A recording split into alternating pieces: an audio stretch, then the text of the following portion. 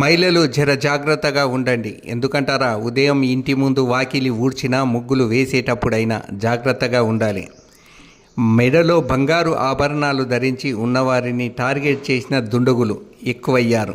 ఏ మహిళ మెడలో చూసినా 3 నుండి 4 తులాలకు ఎక్కువగా ఉంటుంది బంగారం.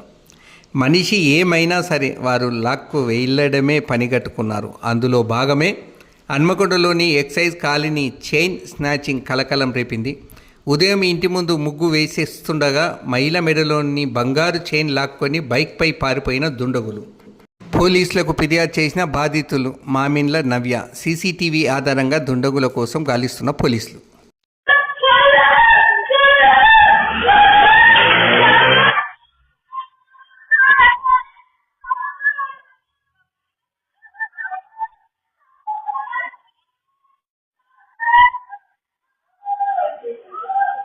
Oye,